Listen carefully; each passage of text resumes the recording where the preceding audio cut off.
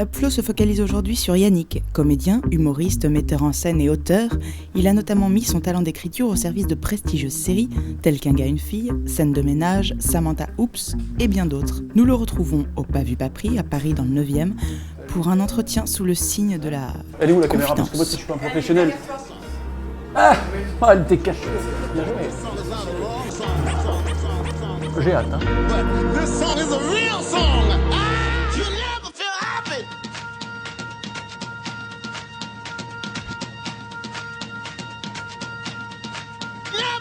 Bravo le braque. Mais toi t'es vraiment le roi pour foutre la merde. Et puis alors c'est quoi cette histoire de bouclier fiscal? Parce que s'il en faut un bouclier, moi j'en ai un.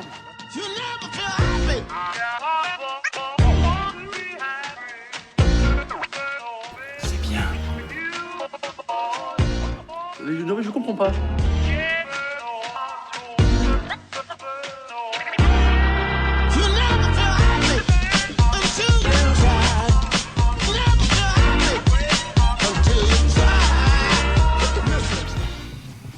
Ça va? T'es le copain de Selim? Enfin, Kader. Ou Selim. On fait partie de la collectivité, hein, oui. Hein, Pauline? La collectivité, c'est nous 6. C'est ça.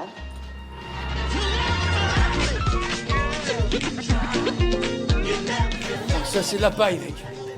Arrête de sénégalais, t'es un bon, toi. Attends, tu vas coucher avec ma sœur?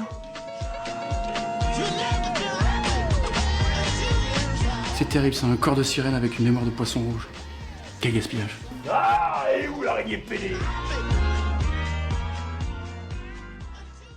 Non, Yannick, petit garçon, c'est qui? Un drôle de moustique. Je dirais solitaire. Solitaire, vraiment, jusqu'à mes 6-7 ans. Je me battais souvent avec les autres. Ils voulaient pas être mes copains. Enfin, ou peut-être que c'est moi qui voulais pas être leurs copains, je sais pas. Et puis je me souviens, c'est marrant, hein. Je me souviens, c'était en CE1 je crois, là, je sais pas pourquoi, j'ai accroché avec un de mes copains de classe qui s'appelait Antoine. C'est devenu mon pote et du fait de cette association, les autres ont commencé un petit peu à venir nous voir aussi et puis de là, après j'ai eu une enfance, je dirais, normale. Et ça aujourd'hui c'est quelque chose, malgré tout tu gardes ce côté petit garçon introverti en toi, Ouais. Mais comment tu fais justement pour t'ouvrir du coup aux gens Tu sais que là, c'est un petit peu... Là, t'as des scoops hallucinants. C'est-à-dire que là, l'interview que je suis en train de te donner, personne ne l'a eu. Et personne ne l'aura jamais. Ça, c'est unique. Comment je fais pour m'ouvrir? Je pense que ce qui m'aide, c'est que j'ai un sens de la répartie. Comme je peux arriver à trouver des vannes régulièrement, mine de rien, l'humour permet d'ouvrir pas mal de portes. Et permet de donner le change. Les gens, d'ailleurs, souvent, c'est la réflexion qu'on entend souvent quand on est humoriste, il y a rare fois où on est sérieux et on est un mec normal. Les gens disent... En fait, t'es pas drôle dans la vie. Dans la vraie vie, ouais, je suis toujours réservé, introverti. Et voilà, l'humour, c'est une sorte de thérapie, complètement. C'est complètement naturel. Hein. Je veux dire, je me suis rendu compte que je savais faire des vannes, que je faisais rire des gens et que du coup, je développais des tissus sociaux comme ça, des réseaux. Et j'ai continué et puis ça m'amuse. Bonsoir et bienvenue à toutes celles et ceux qui nous rejoignent dans notre émission de la nuit. Les cons, ce sont toujours les autres. Comme chaque semaine, je vais donc répondre au courrier de certains auditeurs et auditrices qui sont dans le doute et ne savent plus vraiment s'ils sont cons ou si ce sont les autres. Sans plus attendre, je commence avec une lettre de Jérémy de Paris qui nous confie: je me gare toujours sur les places handicapées parce que ça me saoule de tourner pendant des plombes. Est-ce que je suis con? Non.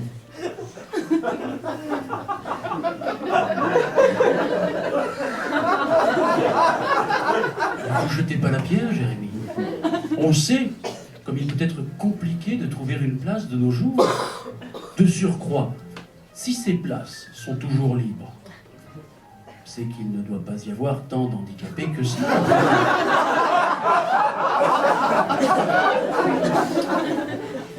Et au final, qui se fatigue le plus? Celui qui marche ou celui qui roule?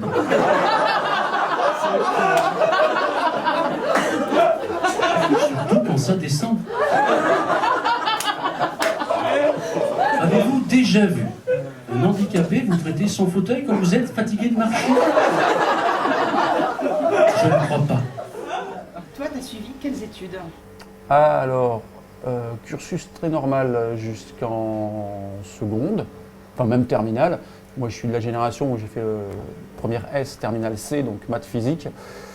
J'ai plus fait ça par fainéantise en fait, parce que c'était ce qui me paraissait le plus simple pour moi. Ensuite, j'ai fait une fac de maths, puisque je ne voyais pas du tout vers quoi me diriger.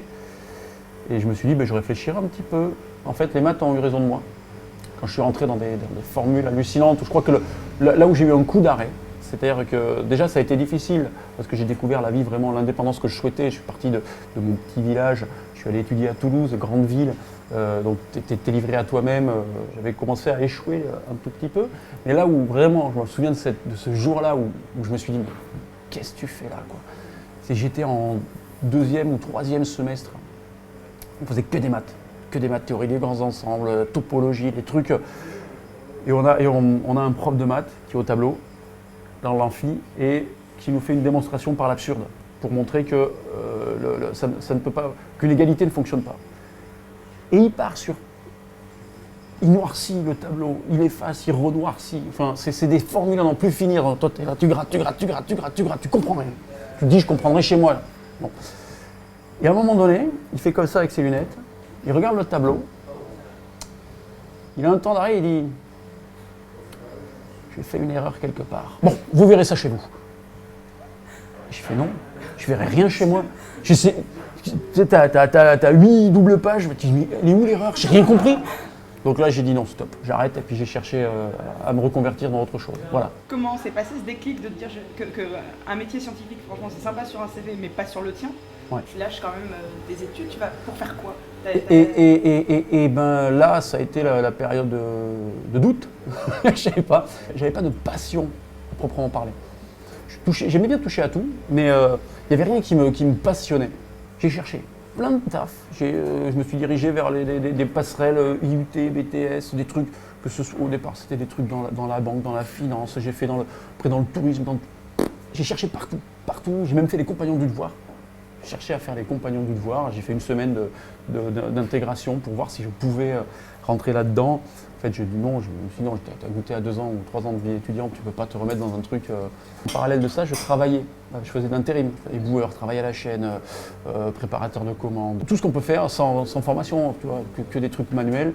Tout en cherchant cette voie, je suis tombé par hasard sur un contrat dans un village vacances pour faire la plonge. Donc, pas la plonge avec des bouteilles, la plonge avec l'huile de coude. Comme je faisais le con tout le temps en cuisine, et j'aimais bien chanter, mais chanter pour faire le con, attention. Toujours pareil, l'animatrice m'a dit tu vas venir sur scène et puis tu vas faire le couillon avec moi. Mais hors de question pour moi de monter sur scène, tu vois. Et elle m'a tarabusté, et puis j'ai fini par dire oui, je trouvais ça génial. Il a fallu que cette animatrice qui s'appelle Angélique me fasse monter sur scène. Ça m'a donné le goût d'être animateur, parce que je me suis dit, c'est sympa, tu es avec des gens toute la journée, tu parles au micro. D'ailleurs, la première fois que je me suis entendu parler au micro, c'est une catastrophe. Tu es payé. Tu es avec des gens sympas qui sont cool, détendus, ils sont en vacances les mecs. Donc je suis allé, banco, je vais faire ça. Puis je voyagerai. Et puis voilà, puis après de là, la scène est venue vraiment un pilier de... Là, ça a été le déclic en fait. Le vrai déclic. Vacances, ouais, voilà. Dis donc, tu reviens de loin quand même pour le petit garçon introverti, taiseux, qui n'avait aucun ami, devoir de s'exprimer sur scène et faire le con devant tout le monde. Comment s'est passée la première fois sur scène?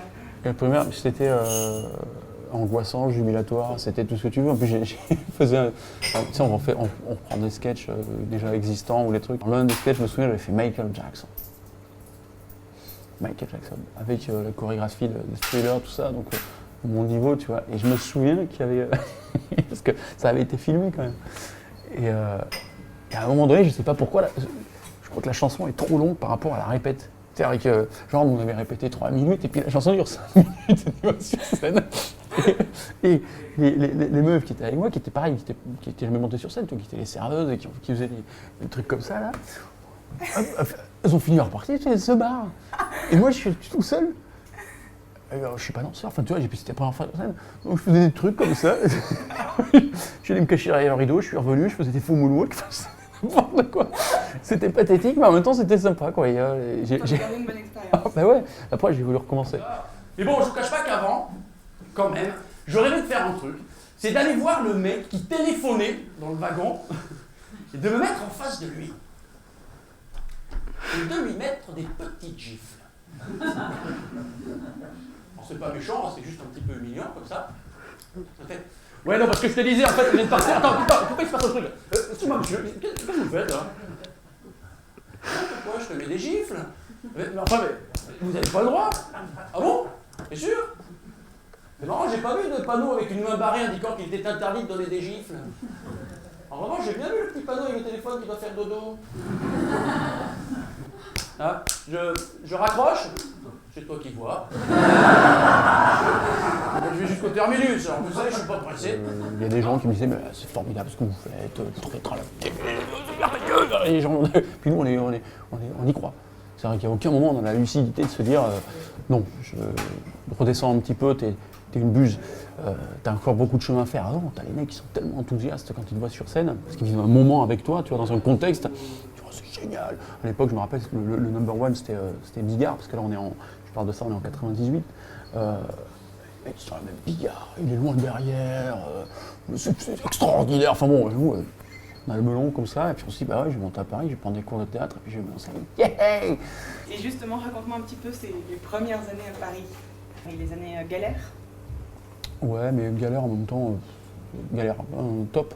J'ai eu la chance de découvrir au théâtre Trévise une soirée qui a lieu tous les dimanches. Depuis aujourd'hui, maintenant, enfin, au moment où on parle, ça fait 23 ans que ça existe, 22 ans, 23 ans.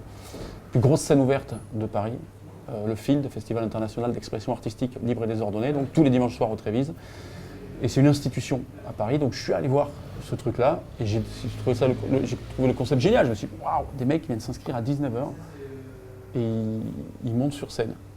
Pas tous, hein, des fois il y en a 40, ils n'en prennent que 10, mais comme ça, voilà. Ils ont 5 minutes pour convaincre le public avec des sketchs, de la chanson, du visuel, des fables, enfin tout ce qu'on veut, quoi. C'est une scène ouverte. Un peu plus axé sur le rire, mais c'est une scène ouverte. Et donc je trouvais ça génial, je suis allé toutes les semaines, j'allais au Field.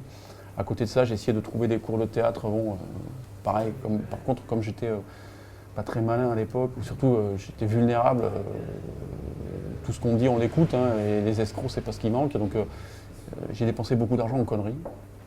Mais bon. Et puis après j'ai intégré assez vite le Field. Je fais partie de l'équipe d'animation, l'équipe résidente qui anime la soirée, qui fait le lien entre tous les artistes.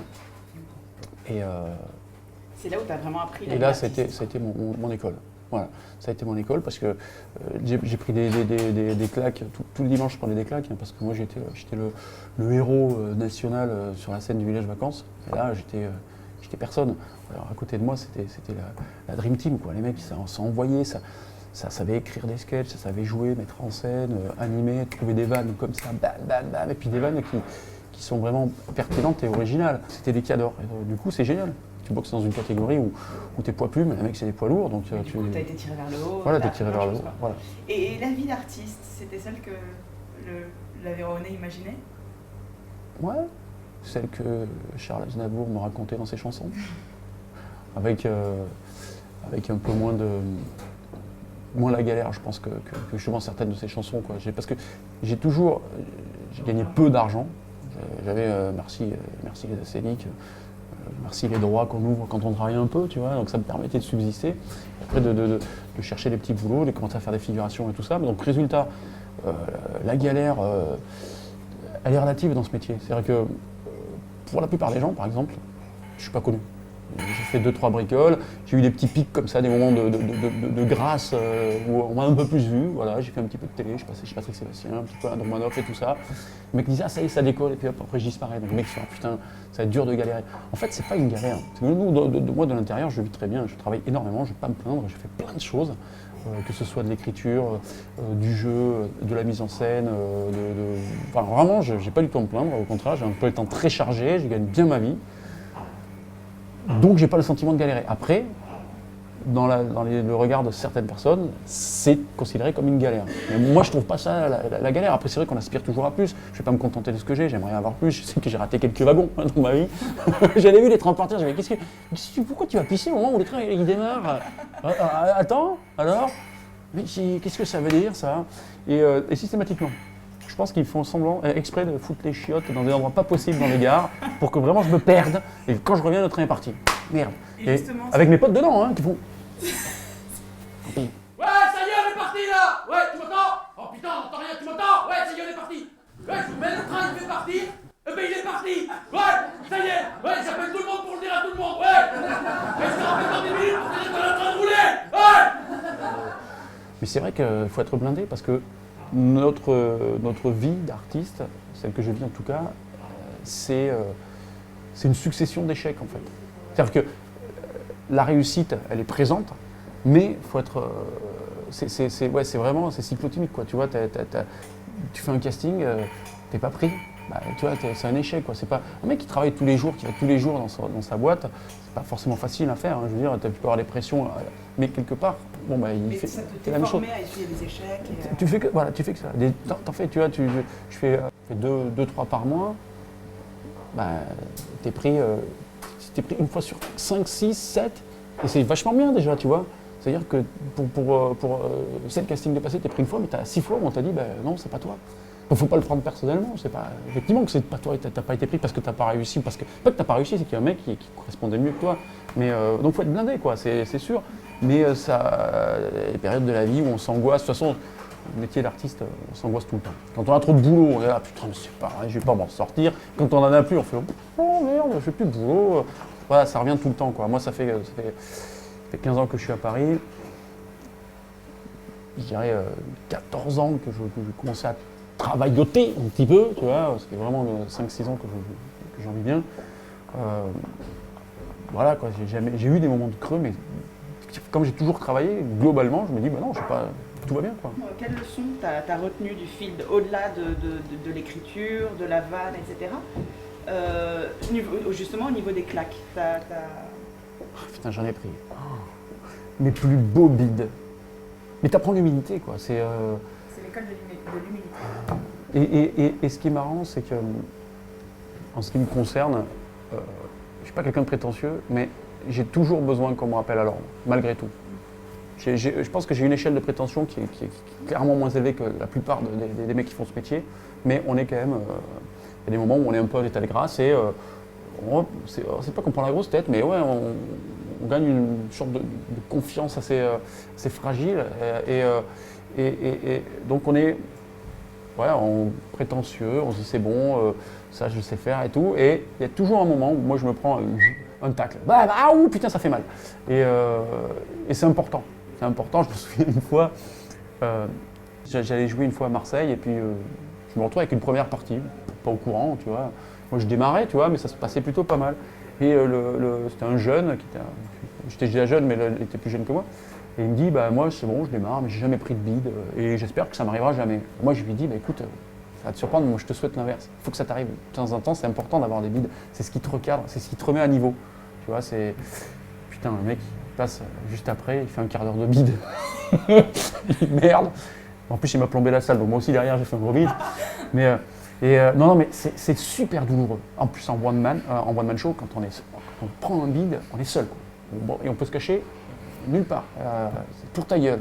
Ça fait super mal, mais ça remet ça remet les pendules à l'heure, c'est important. Ton tout premier spectacle, c'est Et vous la première fois Comment tu l'as écrit, dans quelles conditions et comment, son premier bébé, j'ai envie de dire. Petit à petit, parce que j'ai commencé justement au sortir du field à écrire quelques sketchs tout seul, sur des sujets comme ça qui me venaient, mais j'avais pas d'ambition de faire un spectacle à proprement parler. Donc j'ai essayé d'agencer ça, puis ça a été, ça a été le pied à l'étrier, comme on dit. J'ai joué au bout, tout pour mes spectacles de ma vie, au bout, le 9 juillet 2001. T'avais quel âge? Démoulage total. J'avais 26, voilà. Je speedais comme un malade. Je crois qu'aujourd'hui, avec la même longueur de texte, je tiens 2 heures. Là, j'ai dû faire 50 minutes. Enfin, c'était... T'en gardes un souvenir Non, ce dont je me souviens, c'est l'avant. C'est-à-dire l'heure qui précède le spectacle. Bon, ça monte en pression toute la journée parce que c'est la première fois qu'on va être tout seul pendant 1 heure sur scène. Donc gros stress. Et il y a ce moment, 10 minutes avant, où on se demande vraiment ce qu'on fout là. Et on a envie de partir. C'est trop. C'est-à-dire qu'il y a trop d'émotions. C'est trop. Je me dis putain, je vais pas assurer. C'est pas possible. Et il y a le taulier qui vient. Il fait bon, ben, c'est complet. On y va dans 5 minutes. Putain, j'ai encore le temps de partir. Puis à un moment donné, il vient, il fait allez, c'est à toi. Ah putain. Et après, ben voilà, on y est. Alors, on n'est pas à l'aise, on n'est pas bon. On est tous les défauts que peut comporter une première fois vraiment. Mais ça reste jubilatoire. Après ton premier spectacle et vous la première fois, t'es parti vivre à Montréal 8 mois à cause d'une rupture difficile et parce que t'as ressenti le besoin de voir un peu de pays. Et sur place, t'as appris le stand-up. Tu t'es servi de cette expérience pour écrire ton deuxième spectacle? Ouais. Il était un peu plus veine stand-up, bon, tout en gardant mon style. Ouais, ça m'a inspiré. C'était éponyme. Éponyme, voilà, le nom du spectacle. Voilà, pied de nez. Yannick et son spectacle éponyme. Ah bon, il n'a pas de titre? Bah si, c'est éponyme. Là, ça me faisait rire. Mais ça fait rire que moi en fait, hein. Je m'en suis rendu compte. Tu te dis, voilà, je vais passer un prochain spectacle, écrire un autre spectacle. À partir de quel moment Alors franchement, il n'y a pas de règle. Je prends un exemple tout bête. J'ai fait 4 spectacles. Okay, le premier a été Vous la première fois, qui a évolué, tout ça, avec des fois des moments de vie où je n'ai pas joué. Donc pour moi, ce spectacle, j'avais l'impression qu'il n'était pas abouti. Enfin, c'est pas qu'il n'était pas abouti, mais il n'avait pas sa durée de vie normale. Il fallait que les gens le voient, donc je l'ai laissé traîner. Sauf qu'à mon retour du Québec, on m'a dit, et je me suis dit aussi, bon, ça fait 6 ans que les gens ont l'impression que tu fais la même chose. Fais-en un nouveau. Donc j'en ai fait un deuxième avec de la matière que j'avais et fort de mon expérience canadienne. À l'issue, j'ai joué ce spectacle très peu finalement. Il était pourtant très bien, mais j'ai joué très peu. J'ai rencontré mon premier metteur en scène, Antoine Chomsky, qui m'a proposé de mettre en scène ce spectacle éventuellement. Et en discutant, on s'est dit, écoute, on va faire carrément un nouveau spectacle. Donc il m'a dit, qu'est-ce que tu aimerais voir dans ce nouveau spectacle? Donc je me suis fait une sorte de best-of et on a écrit un autre tiers de ce spectacle. Ça a donné, et ça n'engage que moi, mon troisième spectacle, et donc une sorte de best-of des 2 premiers avec un fil conducteur, avec des nouvelles choses. Et ce spectacle-là, on l'a joué plus longtemps, sauf que, pareil, comme à l'intérieur, j'avais eu la mauvaise idée, enfin, c'est une très bonne idée parce que ça plaît vraiment et ça cartonne auprès des gens, mais de garder 1 ou 2 sketchs très forts du premier spectacle, les professionnels avaient tendance à croire que je faisais le même. Il y avait 10-15 minutes maximum, mais maximum, hein, de trucs du premier spectacle. Donc ça faisait à peine 20%. Ce qui est déjà beaucoup pour certains, mais enfin, c'est pas la majorité. Donc, avec Aurore, on s'est dit, écoute, on en a marre, tu fais un nouveau spectacle. Et là, on m'a mis une deadline, j'ai récupéré tout ce que j'avais de stock, d'idées et toutes les thématiques qui me tenaient à cœur, et essayer de faire un spectacle qui a vu le jour sous le premier nom de L'avenir c'est bientôt, parce que je n'arrivais pas à trouver de titre. Et comme on était en pleine campagne électorale, c'était en 2012, bon ben voilà, L'avenir c'est bientôt, tac, premier démoulage de spectacle, gros succès. J'ai joué après à Paris, dans une petite salle qui s'appelle le Théâtre Beau Saint-Martin, charmante petite salle, avec des directeurs adorables. Mais j'ai pas trouvé mes marques dans ce théâtre. Artistiquement, je n'ai pas réussi. C'est fou, hein. Alors que toutes les conditions étaient réunies, j'avais très envie de jouer là, ça n'a pas fonctionné. Mais il n'y a rien de rationnel. C'est la première fois de ma vie que dans une salle, je suis en souffrance. Et là, je me suis dit, bon, le spectacle, il a montré ses faiblesses. Du coup, c'est là qu'on voit aussi les soucis. Ouais, c'est un bon exercice. Voilà, là j'ai vu. Moi, j'étais pas à l'aise, mais je pense que le spectacle aussi n'était pas à la hauteur.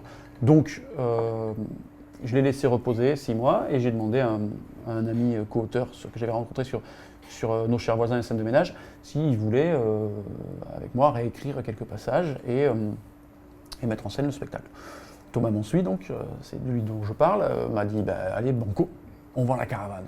Vous n'avez pas de caravane, mais c'est pas grave. Et on a rebaptisé ce spectacle Pff. Voilà.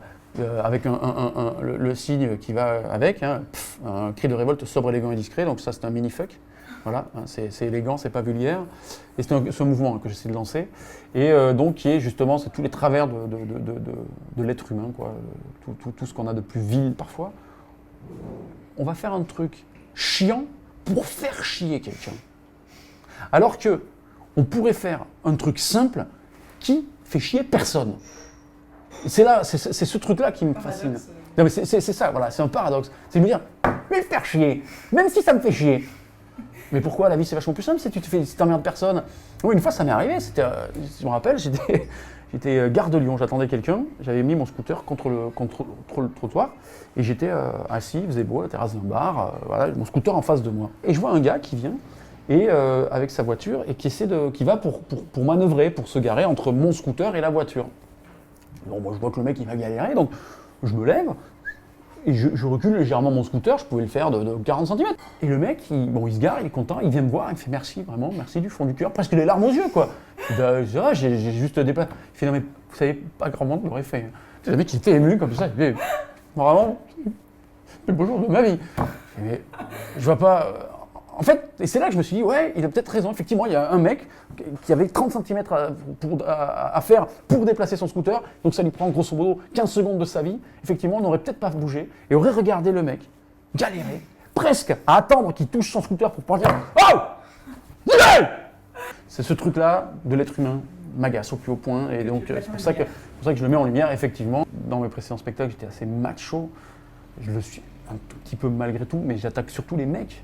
Les hommes, la jante masculine, et je me rends compte d'ailleurs que les hommes ont beaucoup moins d'autodérision que les femmes. Quand on chatouille une femme, quand on la dégratine légèrement, c'est de bonne guerre, elle va se marrer, et puis elle sait que c'est pas méchant, c'est que c'est pour rigoler, ça fait partie du jeu quoi. Quand un mec fait ça à un autre mec, il prend mal, il n'aime pas ça. C'est marrant de voir les réactions des hommes. Voilà, voilà, en fait c'est ça, c'est l'homme en profondeur. La connerie humaine qui me touche. Il n'y a qu'en matière de rupture, là faut être honnête, on arrive à rester classe. L'élégance masculine. C'est vrai, on vous ménage tout le temps, on est là comme ça. Tu sais ma chérie, c'est pas toi le problème. C'est moi. J'ai pas le droit de t'imposer tout ça. Je crois que c'est mieux qu'on en reste là. Et hop, envoyez. Là je me dis voilà, j'ai réussi. Après un an de travail finalement à avoir le spectacle où je m'amuse, où le public s'amuse, il n'y a pas de temps mort, école américaine, et en même temps où j'ai gardé ma patte, j'ai gardé mon style, et un style qui est à moi et qui est aussi un style français où de temps en temps il y a des personnages, je rentre dans des univers, de temps en temps j'en ressors, je suis plus dans la veine stand-up, de temps en temps je suis dans la narration d'anecdotes. Mais j'ai plusieurs formes comme ça qui me tiennent à cœur. La manière dont tu faisais peut-être mal les choses au départ, enfin avec ton regard aujourd'hui, est-ce que tu dis ouais mais si c'était à refaire je le referais de la même façon parce que ça m'a permis d'aboutir à ça et puis je pense que mon chemin par rapport au premier spectacle, je pense que je ne pourrais pas faire autrement. J'avais besoin de ça. Moi il y a des trucs que j'aurais dû comprendre. Il y a des mecs qui percutent tout de suite. Moi j'ai des trucs, il m'a fallu 10 ans pour les comprendre. Parce que je suis un autodidacte de A à Z. C'est ça aussi le truc. C'est que par contre une fois que je comprends les choses c'est bien, c'est compris. Et puis, une fierté personnelle, le truc qui est clair, c'est que je ne dois rien à personne. Alors, on ne peut pas dire qu'on m'ait aidé. Hein. On aurait pu retenir le train, je veux dire. Il y a des mecs qui auraient pu à un moment donné dire au chef de gare, oh, attends, il arrive là, il court là, tu vois pas le mec avec ses valises et tout. Le mec il fait, ouais, tiens. Tu touches un peu à tout parce que tu es quand même auteur, metteur en scène, comédien de théâtre, tu fais du court-métrage. Oui.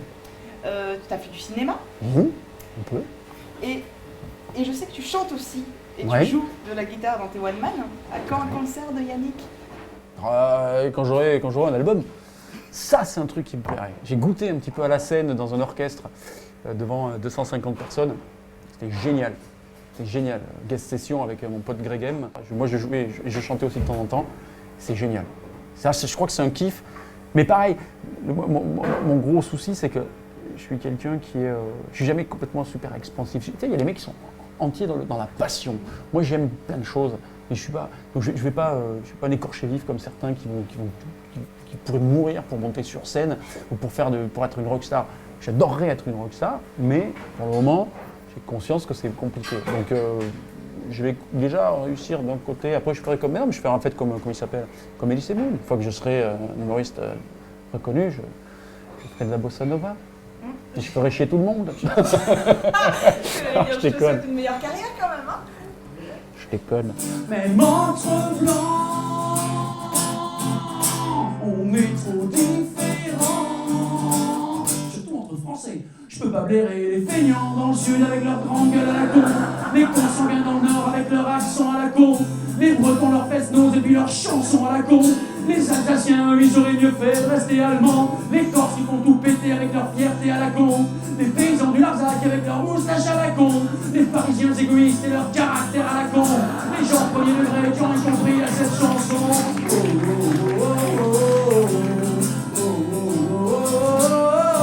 Faut pas aimer les gens qui sont pas comme nous. Ils ont qu'à faire un effort pour être pareil que nous. Toi, détestez-vous. Donnez-moi un coup de poing en signe de haine. Haïssons-nous les frères, haïssons-nous. Ceci est un message d'espoir. Oh, oh, oh, oh, oh. Je vous déteste. Oh, oh, oh, oh. Je vous chie sur la gueule. Oh, oh, oh, oh, oh, oh. Et alors, dernière question pour terminer. Comment vois-tu ton avenir Oh, mais moi, je suis un diesel. Moi, mon avenir, moi, j'ai toujours dans ma tête chez Louis de Funès.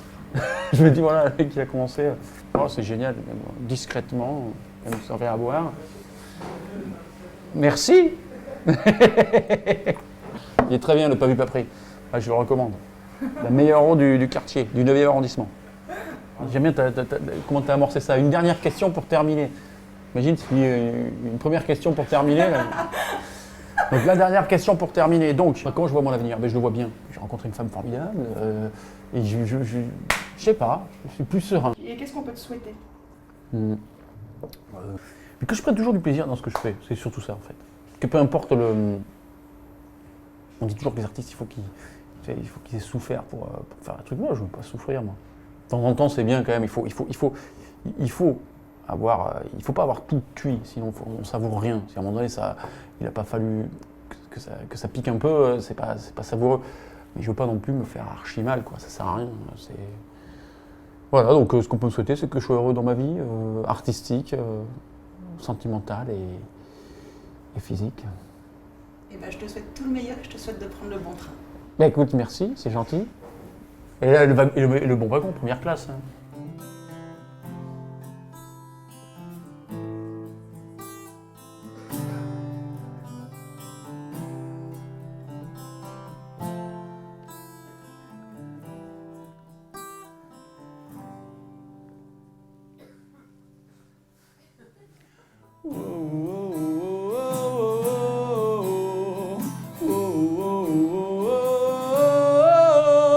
Faut pas aimer les gens qui sont pas comme nous.